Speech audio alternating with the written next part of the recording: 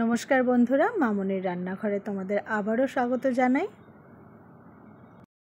আজ আমি তোমাদের সামনে নিয়ে এসেছি একটা নিরামিষ পদ। সেটা হচ্ছে আচারি ভেন্ডি বা আচারি ঢ্যাঁড়স। এটা তোমরা রুটি বা ভাত যে কোনো কিছুর সাথে তোমরা খেতে পারো। প্রথমেই আমি কি করেছি, ঢ্যাঁড়সগুলোকে ভালো করে ধুয়ে নিয়েছি। ধুয়ে নিয়ে আমি এগুলোর মাথাগুলোকে কেটে নিয়ে প্রত্যেকটা ঢ্যাঁড়সকে আড়াআড়ি তেরচাভাবে কেটেছি। তোমরা চাইলে হাফ করেও কেটে নিতে পারো। আর কেটে নিয়েছি একটা গোটা টমেটোকে কুচোনো। এবার আমি এটা রান্না শুরু করছি। গ্যাসে একটা কড়া বসিয়ে তাতে আমি 4 চামচ মতন সর্ষের তেল নিয়েছি। নিয়ে আমি ঢ্যাঁড়সগুলোকে ভালো করে একটু ভেজে নেব। ঢ্যাঁড়সে কিন্তু আমি নুন মাখাইনি, এটা মাথায় রাখবে। বা তেলে আমি কিন্তু কোনো রকম ফোড়ন দিইনি, শুধু ঢ্যাঁড়সটাকে আমি ভালো করে ক্রিস্পি করার জন্য এটাকে উইদাউট নুনে আমি ঢাকা দিয়ে ভেজে নেব। দেখো, ঢাকা দিয়ে আমি ভালো করে নেড়েচেড়ে ভেজে নিচ্ছি। বারবার কিন্তু ঢাকা দিলে আমার নরমও হয়ে যাবে আর একটা লালচে ভাবও চলে আসবে, তাই সেইভাবে আমি কিন্তু করছি। আর এই ভিন্ডিটার নাম আচারি ভেন্ডি। তোমরা শুনে অনেকেই ভাববে আচার দিয়ে বানানো, তা নয়। তোমরা প্রিপারেশনটা দেখতে থাকো, দেখো আমি কী কী দিই। আমার মোটামুটি কিন্তু ভিন্ডি রেডি। আমি ভিন্ডিটা তুলে রাখলাম, দিয়ে আমি আরেকটু তেল দিয়ে নিলাম ওই কড়াতেই। দিয়ে আমি কড়াতে ফোড়ন হিসাবে ব্যবহার করছি কালো জিরে, সর্ষে ফোড়ন, মৌরি ফোড়ন আর হিং। হিং কিন্তু আমি এখানে 2 চিমটে মতন নিয়েছি। দিয়ে আমি প্রথমেই সর্ষে, কালো জিরে, মৌরি সব একসাথেই কিন্তু ফোড়নে দিয়ে দিচ্ছি। তার সাথে হিংটাও কিন্তু আমি দিয়ে দেব।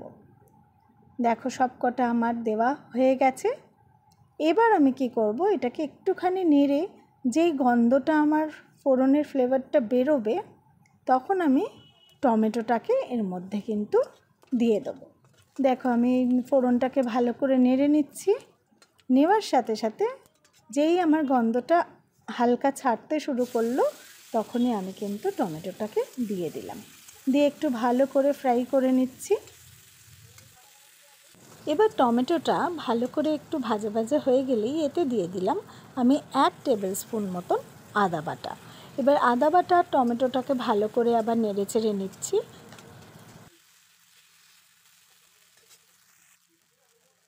কিছুক্ষণ নেড়ে চেড়ে নিয়ে এবার কিন্তু আমি এতে পরিমাণ মতো নুন কিন্তু এখন দিয়ে নিলাম।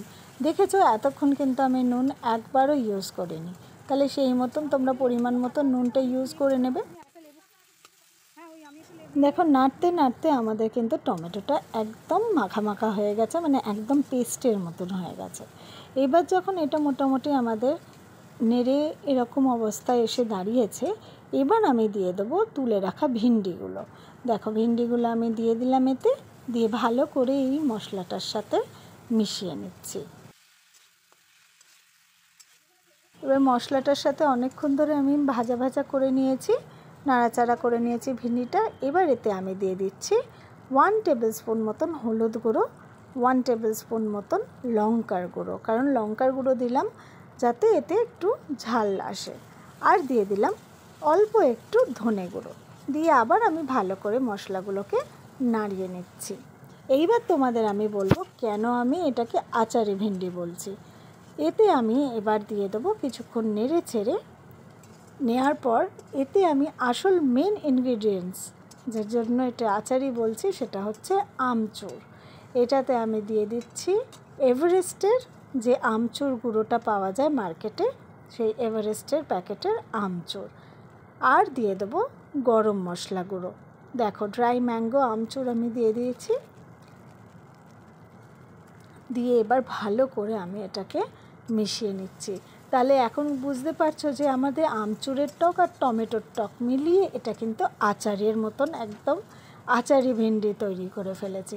একটু কিন্তু টক টক খেতে হয়। আর তোমরা যারা আর একটু বেশি টক খেতে চাও, তারা কিন্তু নামানোর ঠিক 2 মিনিট আগে তোমরা কিন্তু পাতিলেবুর রস ছড়িয়ে নিতে পারো। আমি কিন্তু পাতিলেবুর রস ছড়াইনি। দেখো, আমার কিন্তু আচারি ভেন্ডি একদম রেডি হয়ে গেছে। আমরা রুটি বা ভাত যে কোনো কিছুর সাথে এটা দিয়ে খেতে পারি। তোমরা কিন্তু অবশ্যই এটা বাড়িতে ট্রাই করো। এটা একদম নিরামিষ পদ। আর সবথেকে বড় কথা হচ্ছে এটা খুব সহজে খুব ঝটপটের রান্নাটা হয়ে যায়। আর বাচ্চা থেকে বয়স্ক সবার কিন্তু এটা খুব ভালো লাগবে, আমি গ্যারেন্টি দিয়ে বলতে পারি। আমার রান্নার চ্যানেলে রান্নাগুলো কীরকম লাগছে তোমরা নিশ্চয়ই জানিও। আর তোমরা সবাই খুব ভালো থেকো। নমস্কার, আবার পরে দেখা হবে।